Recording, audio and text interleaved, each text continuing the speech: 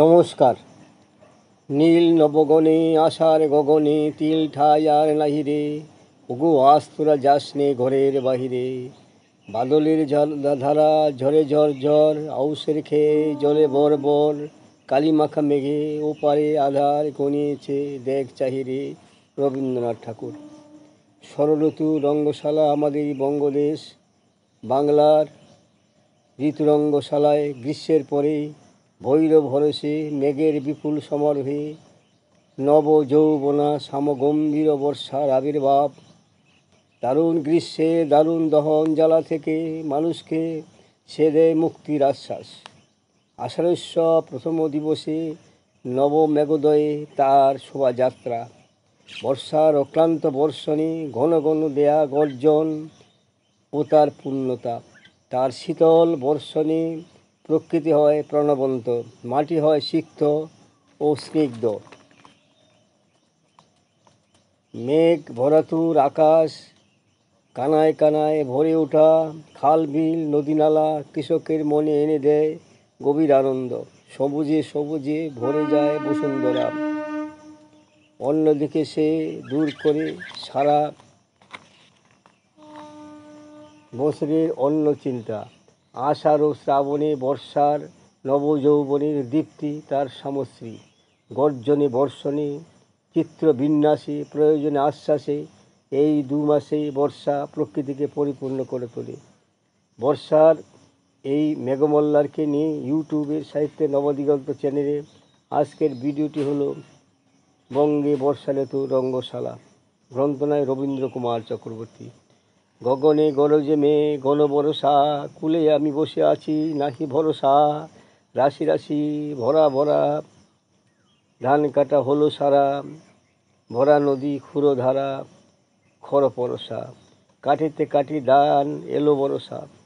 বর্ষার কালো মেঘ মেলা থামিয়ে দেয় আকাশ জোড়া রোদের উৎসব। গুরু গুরু রবে মেঘের মৃদঙ্গ বাজে, কালো মেঘের বুকে বিদ্যুতের রাশি ঝমকিয়ে ওঠে। মহিরুহ মাথা কোটে, আকাশ থেকে মেঘের সৈন্যরা ঝাঁকে ঝাঁকে বৃষ্টির তীর ছড়ে। ঝড়ো ঝড়ো ধারায় আকাশ যেন ভেঙে পড়ে। উদ্যত বাহু অরণ্যের বুকে জেগে ওঠে মর্মর মুখর উল্লাস। মাঠ ঘাট নদী নালা খাল বিল ভরে যায় কানায় কানায়, ছিন্ন হয় মাটির কঠির বাদন। নানা শস্যের বীজ অঙ্কুরিত হয়ে ধরণীর বুকে অবতীর্ণ হয়। কবি মন আনন্দে কবিতা রচনা করলেন। মাঠে নব শামুখেতে কচি ধান গাছে মাথাগুলি জাগাইয়া আছে। বলাকারা সারি সারি ভাবে ভেসে যায় সজল দিগন্তে। উতলা বাতাসে ভেসে আসে কদম্ব কেতকী জুই হাসনেহেনা ও কেয়া ফুলের সুবাস। রিমঝিম বৃষ্টির বর্ষণমুখর রাত চিরস্মরণীয় হয়ে থাকে দইয়ে দইতাদের জীবনে। দিনের আলো নিভে এলো, সূর্য ডুবে ডুবে, আকাশ ঘিরে মেঘ জুটেছে চাঁদের লোভে লোভে। মেঘের উপর মেঘ করেছে রঙের উপর রং, মন্দিরেতে কাঁসর ঘণ্টা বাজলো ডং ডং। বর্ষা কি সুন্দর বর্ণনা কবি রবীন্দ্রনাথ কবিতায় মাধ্যমে প্রকাশ করেছেন। শিলাইদহে উত্তাল নদীবক্ষে কবির লঞ্চে বাঁশখালী দিনের পর দিন দেখা বর্ষার দৃশ্য। দিনের আলো নেবে যাবার প্রাক মুহূর্তে সূর্য পশ্চিম আকাশে ডুবে যাবার দৃশ্যপট তৎস কবির মেঘের বর্ণনা তিনি কবিতার মাধ্যমে প্রকাশ করেছেন। আগের দিনে বর্ষা সমাগমে মাঠে মেতে উঠত রঙের পরশে। সে কি বাহার, যতদূর নজরে যেত চাষিরা বর্ষার জলে লাঙ্গল দিয়ে জমি কর্ষণের দৃশ্য আজও তুলনারহিত। চাষিরা বিঘের পর বিঘে জমি চাষ করে চলেছে। লাঙ্গলে জুড়ে দিয়েছে সাদা কালো হলুদ জোড়া বলদ কিংবা মোষ। চষা জমি ক্ষেত মাছার লোভে অসংখ্য ফিঙি চিল ভিড় জমাত। কচি কাঁচা ছেলে মেয়েরা চষা জমিতে মই দেবার সময় ক্ষেত মাছের সন্ধানে ভিড় জমাত। তখন বাতাসের আলোড়ন বন্ধ, আকাশ অন্ধকার, ঘুরু ঘুরু মেঘের ডাক, তৎস বিদ্যুতের জলকানি। ঝিমঝিমানি চলতে চলতে মেঘের গর্জনে মুষলধারে বৃষ্টি।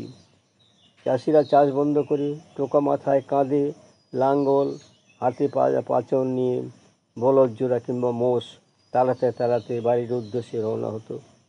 পূর্বে আমাদের রাজ্যে সর্বত্রই বলতে গেলে বনে বনে কম বেশি ময়ূরের দেখা মিলত।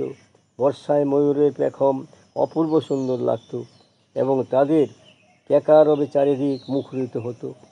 কবিগুরু রবীন্দ্রনাথ সেই কথাই জানায় কবিতার ভাষায়, হৃদয় আমার নাচে রে আজকে ময়ূরের মতো নাচে রে, শতবরণের ভাব উচ্ছ্বাস কলাপের মতো করেছে বিকাশ।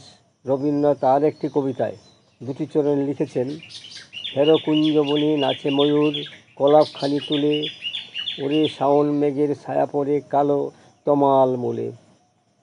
আকাশে মেঘ ধরণীতে আলো ছায়া না খেললে ময়ূর নাচে না, না নাচলে কলাপ খোলে না। বর্ষাকালের অপর একটি ফুল হলো কদম্ব। বর্ষার কদম্ব যত রোমাঞ্চিত হয় তার কেশর বাতাসে তত মৃদু সুবাস ছড়িয়ে দেয়। শিখি দম্পতি তখন আনন্দে মাতোহারা হয়ে ওঠে। কদম্ব সুবাস পেতে গেলে বসতে হয় কদম্ব তলে, কিন্তু কেতকী কোথায়, কত দূরে প্রস্ফুটিত হয়েছে, তার সুগন্ধ ছড়িয়ে গেছে সারা আকাশে বাতাসে।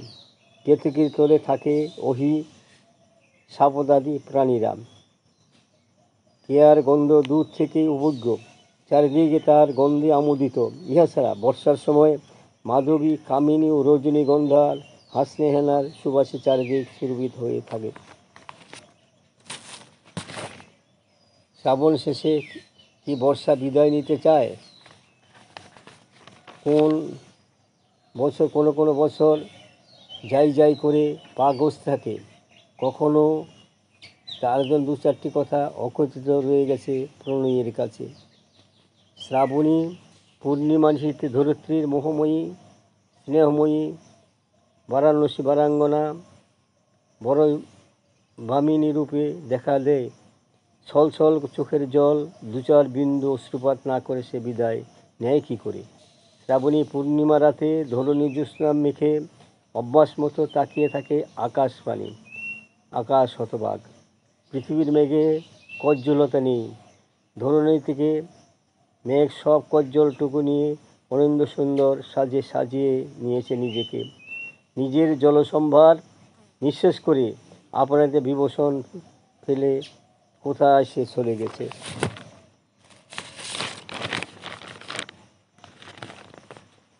বৈশাখ থেকে ভাদ্র হয়ে আশ্বিন পর্যন্ত বিস্তৃত বর্ষা ঋতু বাঙালির মানস প্রকৃতি ভীষণভাবে প্রভাবিত করে।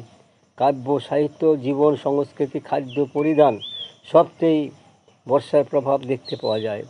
বর্ষার ডাকে এভাবেই বুঝি কবির হৃদয় যাত্রা করেছে চির সৌন্দর্যের অলকাপুরীতে।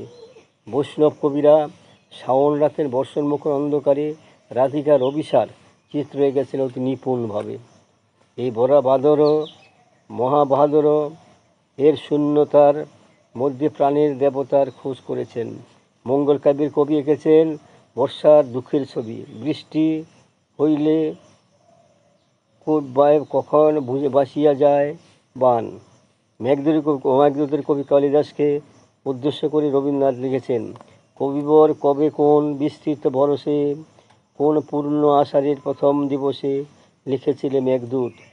মেঘমন্ত্র শ্লোক বিশ্বের বিরোহী যত সকলের শোক। কিন্তু রবীন্দ্রনাথ বর্ষার সানন্দ বন্দনায় বলেছেন, শ্যামল শোভন শ্রাবণ তুমি নাইবা গেলে, সজল বিলুল আঁচল মেলে। বর্ষার ধারাপাত, তার ঝিল্লিরব, তার নয়নায়াম শ্যামল শোভা বাঙালির জীবনে আজও চিরস্মরণীয়। আমার ভিডিওখানি এখানেই শেষ হলো। যদি আপনাদের মনোপুত হয় সাবস্ক্রাইব, শেয়ার